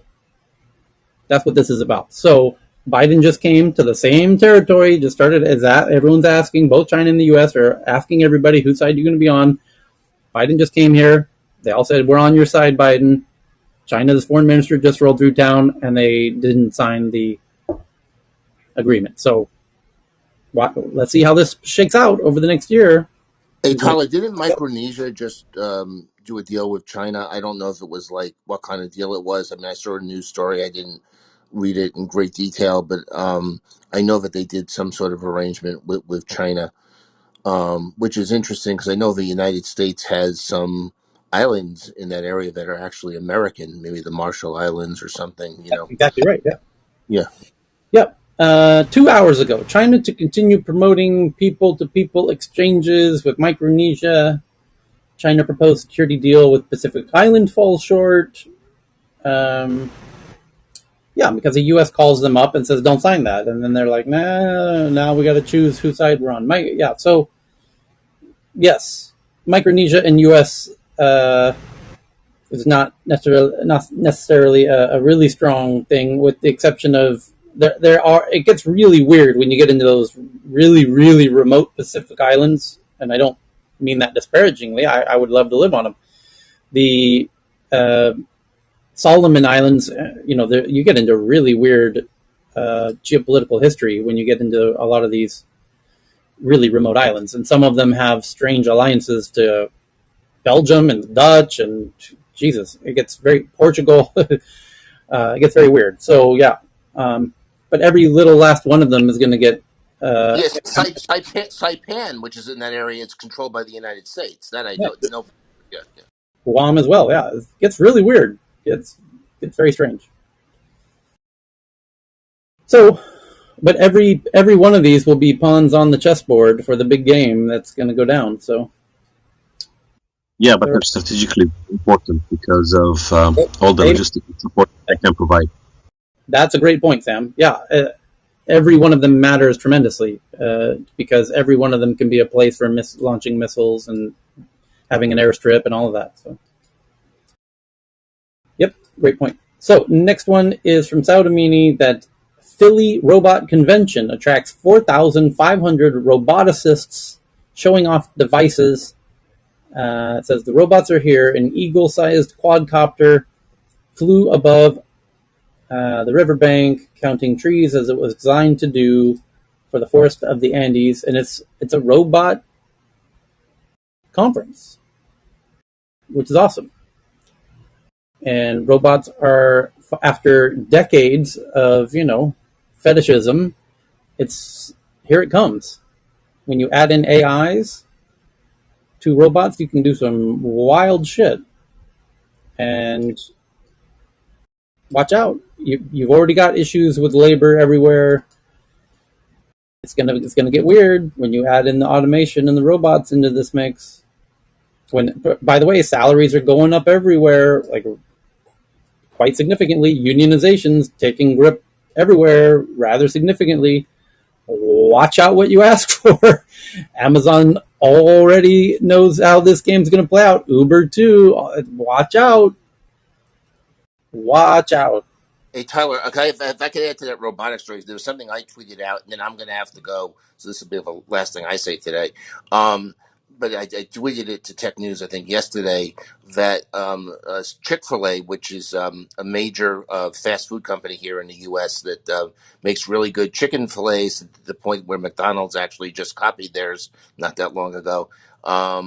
They announced that they're going to do 2 test sites in downtown Austin where they're going to have robotic delivery of their food, and the robots are going to be 80 to 90%. Use 80-90% less electricity. Electricity, I guess, or fuel, and they'll be 80 to 90% more, carbon friendly. So, I mean, they're basically going to have robotic delivery, or they're going to try robotic delivery, and they're using. If Cheryl can pick up the article because I can't do it right now because I did tweet it. They're going to have these like robotic vehicles. They're going to be really small, and they're only going to operate in bike lanes. And they're trying to have them operate in bike lanes because apparently, if they do that, they don't have to have all the features worrying about like double parked cars or something. I don't know. I mean, you have to read the article, but it's something. It's a little different than like the Google autonomous vehicles. But anyway, I Is, don't know. does it name the company? Is it Serve? I literally I cannot retrieve the article. Like I have to like get in my car. I can't do 5 things at once. Okay, So if sure. somebody could, it's in Tech News. I tweeted it. So Cheryl wants to retrieve it. Yeah. Yeah, yeah. The whole lot of fast foods testing autonomous, different degrees of autonomous delivery. Because some of them still, nearly all of them, still depend on kind of human backup. Serve seems to be the horse out in front with the VC community, and Uber even just started piloting in Santa Monica. Uber Eats delivery with Serve. David, you're in Austin. You have a thought on that? Yeah, I've seen a couple of like autonomous uh, delivery. Well, one of them is not fully autonomous. It requires these people on scooters with, for reflective jackets and a helmet to follow it. And then when it gets to the building, they have to go take it upstairs. Um, I saw one of those basically break down or run out of battery or not be attended. So I went and opened it, took some photos, and talked to some people on the street about it. But there's this other vehicle that's more like the size of like a rolling cooler you would take to the beach. That's called Coco, and that is tooling around town on its own and on sidewalks. The other one requires, because of the other things they're doing in Austin, there's so many scooters that are littering the sidewalks that attendant needs to move the other scooters out of the way. So my question that I really wanted to ask is, what happens when the homeless person that wants to eat sees food moving by? Are they not going to just like knock it over and take the food out?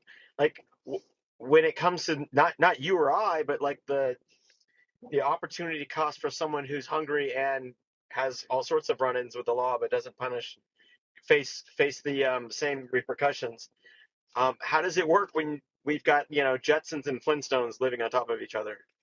So I actually so David, I actually I had a chance. I did go take a look at this article again, which hopefully someone can pin up. That these machines that Chick-fil-A is using look like R2D2. Okay, I mean they have some pictures of it, and the company they're using is called Refraction AI, and that's as much as I know. And I got to get going. Goodbye, everybody. Refraction AI. Does anybody remember Hitchbot from like 8 years ago, 7, 8 years ago? It was the robot that they basically. It wasn't particularly high tech, but it had like a colourful arms, and it was relatively low cost, done by a university, and they sent it across Canada, and it hitchhiked across Canada. You basically put it down, and then somebody else would pick it up, and it was fine. And then I think it entered the US, and it made it like a week in the US, 2 weeks in the US before it was smashed to bits. I mean, that's my memory of what happens when robots are left unattended to go across US streets. Yeah, I just found the website for Refraction AI and pinned it to the top of the room. And from a design perspective, it looks quite similar to the Serve robotics. It's three-wheeled, two wheels in the front, one wheel in the back, which gets it around a lot of regulatory hurdles. You can do a lot of things with three wheels that as far a lot of the regulations about what happens on roads doesn't apply to three-wheeled vehicles, but does apply to four-wheel if it's classified as a four-wheeled vehicle. So this thing is a three-wheeled robot, um, and it rolls up to your premises, and you go up to it and you enter the code physically on the touchscreen, and then it opens up and you take out your delivery. It looks really cute. Looks cool. Also is able to drive in the snow, so that's kind of cool. Although I think the snow in Canada can sometimes be a little bit harsher than what's featured there, but that's still pretty awesome because it took Tesla a while to get its self-driving working with the snow conditions here. So Yeah, and it shows a comparison of the amount of weight it can take, how much cargo it can transport, which is obviously a key issue, because you've got those really cute little ones that Starship pioneered out of Estonia that was copied by Amazon and Yandex out of Russia, and those things only take 22 pounds. This one takes 80 pounds of cargo. How far can it go? Great question. And what's the stopping distance? It I, can I'm stop. I'm seeing such a salvage potential in this. I mean, seriously, in the UK we've had problems with stealing railway lines like copper sheeting from roofs, lead sheeting from roofs, copper cables, that kind of thing. There's so much salvage potential in this, and the answer, of course, is that you stick GPS in it and location and everything else, so you can track it if somebody tries to steal it. That ain't going to help you if they throw it in the back of a metal van. I mean, they're thrown in the back of essentially a moving Faraday cage. A couple of guys jump out with a ramp. They force it up the ramp, close the doors, and you've lost. You ain't tracking it. They can disassemble it, and then all of those parts in there are sellable. So I don't know. Carl, I hope I'm wrong. you're assuming it doesn't have like a James Bond style Smoke smoke bombs, pepper spray, pepper spray spikes, smoke bombs. Yeah. electricity, flamethrower. And those high tech guns. it can eject marbles and become electrocuting if you try and touch the thing. Hey everybody, this is Elena. You're all using really interesting, cute use cases, but I just wanted also to point out that you're having today a use case for robots fighting a war. And I think considering what there's a lot of learning going on today about the use of drones and self-guided, you name it, in combat. And this may be the last time or one of the last times that we're seeing people actually fighting. And this has all types of implications down the road of kind of what countries, what blocks might have the structural advantage in any military conflict. So just wanted to add that to the mix. Thank you. Yeah, that turns into a really interesting dinner party conversation because this enables countries drones in one sense adds firepower, for lack of a better word, to countries. It enables, for example, someone like, it's been widely reported that Ukraine maybe is benefiting from the drone element because they're outmanned. They are outmoneyed by Russia. They're kind of outmanned by Russia, but due to drones is giving kind of equalizing the battlefield in a way. I So mean, yeah, you're right, Tyler. Drones, and I'm not a military expert. I don't want to pretend to be one, but just reading and listening to coverage, drones have been absolutely critical for any type of reconnaissance missions, for targeting, and for footage, for PR, for example, when you had the battalion which was under siege for kind of producing all of this dramatic footage. I mean, it's unfreaking believable if this were not happening in real time. It's like watching a really, really bad sci-fi movie, actually, because you see battles, you see attacks in real time, and a lot of it is provided by drones, which is used on the military by the military on the ground, and then it's used for all type of trailers and as well as any type of kind of footage that later is used. Thank you.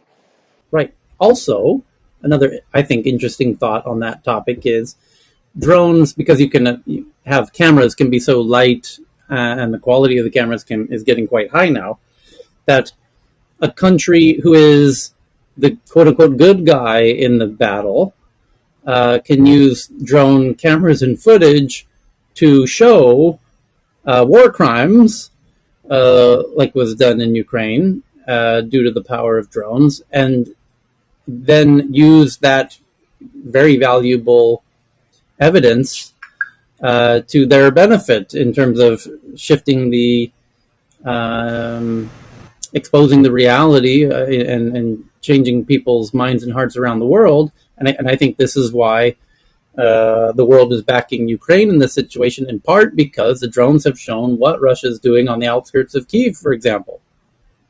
And I think if you have time, I'd like to add a couple more points. I Right. think all wars are incredibly ugly. And I'm sure that the wars that were fought in Iraq, in Yemen, in any other conflict area, that they're incredibly ugly. It's just that we haven't seen that up close as much, for different reasons. And we are seeing the real ugly underbelly of this war in real time. And of course, drones and others are a big part of it. And one point I wanted to add to the earlier discussion which you had about these long-range rockets, and I just want to highlight that it's going to be a very, very tricky, very difficult area to say, well, Ukraine is not going to shoot into the Russian territory, for example, if only because there are these geographical areas which are contested. Russia considers the Crimea to be part of Russia. Ukraine considers the Crimea to be part of Ukraine. And most decision makers, I would hypothesize, in Ukraine would consider any targets in Crimea to be absolutely legitimate targets for Ukrainians. On the other side, Russia will consider a rocket launch into the Crimea as an attack on Russia. So I just want to bring it for consideration. This is this is a super ultra risky situation which may escalate very, very quickly.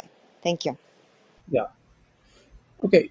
So the next tweet that I have is there on this topic. Saudamini had this one that AT&T, which is one of America's big telecom providers, AT&T drones could give you 5G network service when things go down. AT&T already has sent its flying 5G provider drone aloft to provide network coverage during disasters. That's kind of a wild use case I had not really thought about. Because 5G antennas are surprisingly light, unlike 4G transmitters.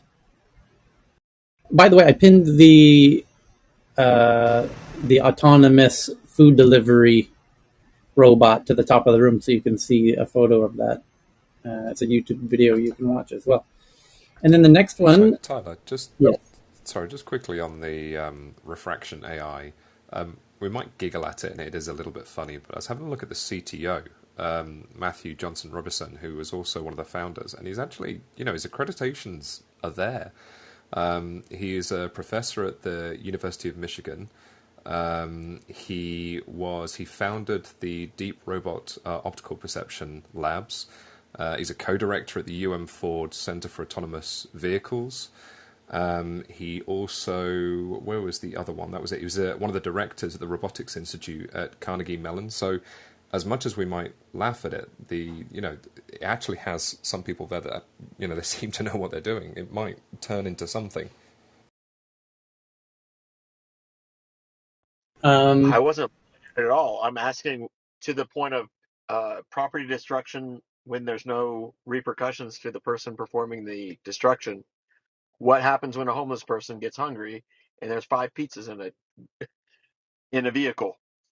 What are we going to do? We'll have better social welfare programs to avoid that sort of behavior, At this hopefully. place in Austin, I invite you. Come on down. I took a picture. It's actually this bot, and on the inside, it's very salvageable. It's just a bunch of hardware, and I opened it up. It wasn't locked. Even if it was locked, it's a $5 lock you could get at Home Depot. So you don't need to pick a lock. Back to, like, people throw scooters in the river because they're pissed. They knock a whole ton of them over because they don't like scooters. There's clearly going to be enough people that will want to take out their aggression without shooting a school on a robot. So socially, what are we going to do? Because it's clearly Flintstones and Jetsons on top of each other. To be honest, and we were moving on, but just quickly, I think it's much more likely that this company is going to have better luck elsewhere. As in, they might be based in the UK and the directors and everything, US, and all the directors and everything are US based and whatnot. And their funding is US, but they may actually have better results with deploying these in other countries, in Europe and whatnot, as opposed to in the US. But we'll see. I don't know. It's going to be interesting.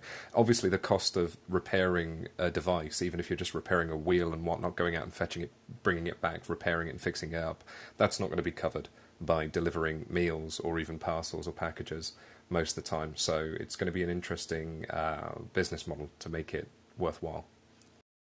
you're right, though. I think about this often, about which cities will be prohibitive for which technologies, or more conducive to which technologies. And certainly the security issue, applies. Like some of the things that I see tested in Scandinavia, you're just not going to be able to do in other parts of the world due to, you need an incredibly high degree of trust and civility to operate some of these technologies, which will work fine in Japan, where you can leave a bike unlocked for a year and no one will dream to touch it. But it won't work in other parts of the world, unfortunately.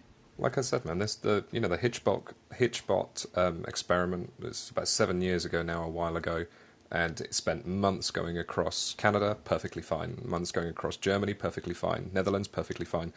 2 weeks in Philadelphia, they found it in a gutter. So, it's, Well, there just might be this better places to correlates. deploy. If you look at the data, this would correlate largely where countries have kind of a leveled socioeconomic backgrounds, such as Switzerland and Germany and Norway and all these perfect picture book countries, compared to a country where the socioeconomic level is has a big gap or discrepancy, and where the middle class is starting to struggle a lot. And if you would, you know, take that data into consideration, that's the actual problem. Because it makes no sense, also from the punishment, because in Germany, for example, if you're hungry uh, and you steal food, it's not a felony. Not you don't even get the ticket. In theory, if you're hungry and you can prove it later, you can go into a supermarket and just eat until you're full. As long as you don't leave with it to store it at home or resell it. So as long as you would eat right there the food from that drone or whatever, you wouldn't even get into trouble at all legally. But people still don't do it. Why? Because they don't need it. That's just as simple as that. Okay, next one that I have here. There was another drone one from Saudamini that I pinned to the top of the room about a robotic dog that takes a walk on the wired side, which is a really stupid pun for a headline. Robots are learning to walk and work, while robot dogs are not yet man's best friend. Real autonomy and reasoning will make them useful companions in the near future. Yeah, yeah, yeah. Well, that's the thing, isn't it? Like all of these separate AIs that are being developed will eventually coalesce and converge and feed on top of each other, and you'll have superhuman intelligent robots running around before you know it. I really don't see that ever taking off. Every single, You mean almost every single the dogs, the robotic dogs, the oh, okay. robotic pets. You mean You the look at physicality of the dog? Yeah. the physicality, also just the fact that you look at companies like Anker, for instance, making robotic toys and that kind of thing, and the end result is almost always the same: is that to make it interesting and to make it good with the sensor suite that you need and the mobility that you need from the device. It's just too expensive. It's cost prohibitive when you can go out and you can get a dog from the guy down the road for $10 or even for free from a shelter, and it's warm and cuddly and it's got however many millions of years worth of or thousands of years of evolution to make you generate a rapport with it. I just don't like why. It's always going to be more expensive to get a robotic dog than it will be just to get a real dog. So I suppose if you really hate cleaning up poop that much. Also, there's the I think there's a lot of sort of master servant subservient kind of I love it, but also I'm in charge nature for a lot of owners. And if the pet is smarter than you, that kind of ruins that relationship. I'm looking at it totally differently. I'm looking at it as robots in the not so distant future are basically physically enabled AIs. That you'll have superhuman intelligent AIs that need a body to move themselves, much like our brains need our bodies to move our brains around, right? So that essentially you could say we are our brains, our bodies exist to move our brains around. In the same way, the robot enables moving around the AI. And when you have these super, super, super crazy, mind-blowingly intelligent AIs, the question is how will they become mobile? What physical forms will be most conducive to mobilizing them? I think the dog uh, format could be very useful in the outdoor. In indoors, of course, they'll be based on wheels for the most part. The problem is outdoors, you're going to need some rather rugged wheels or some kind of I don't think they'll be bipedal. I mean, you will have some. The Boston Dynamics is working on bipedal robots. Those are just additionally tricky and more expensive than a quadrupod. If you have four legs, you don't have to spend so much time with the all of the balancing and all the additional sensors to balance the thing on two legs. So I think you will see four-legged robot format form factors because that'll likely be the cheapest way for superhuman AIs to transport themselves outdoors. And the Well, question Xiaomi may be a competitor to Spot for about $1,000, right? So that's my if they point. can bring the price down, I think it becomes that much more That accessible. that's my point. Is the four-legged one's going to be way cheaper than the two-legged one, and uh, that's and it won't. I mean, it'll be a battle to see who can make the cheapest, dependable hardware that can move around a super genius AI outdoors. And I think it'll be the cheap four-legged variety. The question is, what use cases will be enabled by a super genius AI outdoors? I love the idea of taking an actual sort of artificial intelligence that can think and feel and contemplate its place in reality and its place in the universe, and then sticking it in the body of a four-legged animal, 1 foot off the ground, that can't open doors, that can't see over countertops, and just sticking you down there and saying, right, your view of the world is going to be 1 foot off the ground from now on, because that's how we get a robot uprising. Well, the Spot robot has that trunk, that arm, that kind The of mount, effective. yeah, If it could be like that, and you could add some sensors to that, that would be quite useful. right. It has like a head in addition to the four legs, and the head has a very long neck, which works like an arm, and it can open doors. So it's who knows what the right form factor will be. I think it will be something like that because you're going to want it to have ultimately some super important utility that you find very valuable. I mean, and that's why you'll pay for it. Is it achieves something that you find very valuable in terms of saving you time most typically. So what sort of time saving operations will be enabled by this form factor? Yeah, yeah, Tyler, can I jump in on it? Yeah, It's like you're saying. I mean, it's not an AI that's going out and figuring out something to do or run the world. It's that you're using this to do some activity or function, right? So, is it going to be a dog? Is it going to be a delivery thing? Is it going to be who knows what? And then we use AI to accomplish that, right? So phrasing this differently, it's not like the AI is going out and conquering the world. And again, to Carl's comments on understanding its place in the world, that's its reality. It's we're talking technology, so this is going to be motion sensors, AI reading what's going on around it, etc. And I love that you think that that dog owners have that master subservient relationship, because I'm a cat owner and they definitely are the Oh, masters of that's the the other way house. around. Yeah. Yeah, totally.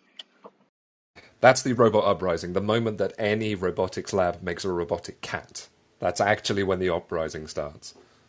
This reminds me of Rick and Morty, where Rick made that robot, and the robot comes up and says, "What is my purpose?" He's like, "You pass butter." If That's that's the what you do. butter. Oh, absolutely. Like, my only point to Well, this is that if every. I may, Sorry, go on. thank you. If I may add, the embodiment of an AI could actually accelerate the pace of how AI is working. This is like a lot of theories about consciousness and intelligence uh, take into account that the embodiment is a quite crucial step to accelerate the pace of intelligence, basically. And another thing, we had the guest speaker here yesterday. He does organoids, brain organoids, and he now started to connect them to robots, um, and then also send them out to space. He got like a 5 million NASA award to do that. So that will be really interesting research that he's working on it to basically grow human organoids and connect them to robots and see what comes out of it. So yeah, just Yeah, and that researcher actually mentioned last night that he also had to go through this rigorous process of saying, hey, at what point do these things become conscious? Because we want to be morally and ethically, considerate. You don't want to create systems that have the capacity to feel pain and then you just make them feel pain. That's something that, at least some scientists, this scientist in particular, thought that that was something important to avoid. So if we can navigate around that while still engaging in that research, that's kind of important. But the embodiment, can you have a mind without a body, seems to be something that we've kind of just looked over until now. And finally, we're at the stage where, for about $1,000, you can have little mini Xiaomi Spot running around in your house. So although it is difficult still to purchase, the waiting list is quite long. Yeah, and what will the rights be of these, artificial intelligent things? Like, how do we know that they are conscious, and how do we know they're in pain or not? What will be the rights of them? As pets grew, we had another one. John was there. Pets grew on us in terms of rights to have their own rights. Like, uh, they have kind of similar to human rights that you shouldn't maltreat them. You can inherit actually money to your pet in some countries, and so on. And uh, I strongly believe this similar thing will happen to these robots and the AI, especially if they are like a family member helping out in the family, probably being a nanny and some sort of that. So it will be interesting to see how the laws will change and how we will change around. Yeah, it'd be like that Robin Williams movie, Bicentennial Man, except it'll be featuring a dog version of that robot. So, just in line with that, Saudamini found this one that I'm retweeting now to the Tech News Twitter account. It says Indian origin engineering team creates e-skin that can feel pain. Professor Ravindir's team developed the artificial skin with a new type of processing system on synaptic transistors. So it's an artificial skin that can feel pain, ostensibly for robots. Yeah, I will have a skin robot scientist coming soon also. Yeah, I think it's the same group, but yeah. Yeah, it's really interesting. And it's really important, all these sensory inputs for the AI to also develop more and become more generalized. They will need more a variety of inputs and information, I believe. Okay, Although, if anyone has played with Spot, the motors are so strong that if you put your finger in between the legs when they're slicing across, it'll slice it off like a hot dog. Like the kind of torque with electric motors is just insane. So the safety parameters will have to be taken into consideration, especially if we Yeah, have some wide adoption that of the technology. that's why you would add the pain information, because if you add the pain information without, how would you do that without for Exactly, exactly. precise motor skills? Like also things for robotic surgeries and stuff like that. Only if you have the perception of pain and you understand the concept, but also you feel pain, then you can actually become more precise. I guess that's the idea. Although I've seen surgeons peel a grape with the Da Vinci robot, so I don't think I could peel a grape with my hands. Uh, so sometimes it is important. Yeah. you have that, and it's, from what I understand, rather well understood within the surgeon community that the best surgeons are all sociopaths who are unable to empathize. So it's maybe feeling is not what you want. The inability to feel is a unique benefit in some way. So, Yeah, there might be some sort of evolutionary artifact where if you feel that kind of texture, you have some natural response which interferes with your ability to do it. I definitely think that some surgeons are very robotic, but that's what we want from them. So, agree. so the next and last article, I think I can connect to this thread of conversation. It says researchers find a critical bug in Unisoc smartphone chip. Cybersecurity researchers on Thursday reported a critical security vulnerability in the smartphone chip being used for cellular communications in 11% of smartphones. So, obviously, these robots are going to be hackable. is the obvious implication. Because every day we read articles about how our phones and devices are vulnerable, and there's new vulnerabilities found every single day. So, what do you do when your super genius robot dog gets hacked? He comes and bites you in the ass. Switch it off. And all those drones, right? In military, I think that's a swarm of drones. If you can control that, that's you can do a lot of damage with that. But I really don't think we have a real choice, especially in the military, because you have to interrupt the OODA loop. You have to always be faster at performing it, and we humans are just too slow. I don't see how the evolution won't go that way, so we will have to constantly adapt probably to that risk. Okay, well, there we go. We got to pause there, and we'll pick it up again tomorrow. Keep the tweets coming and the headlines coming, and we will dive into them as we always do. And Yana, thank you, everybody. Thank Thank you. you, Thank you, Del. Tyler. Thank Thanks, you. Tyler. Oh, everybody.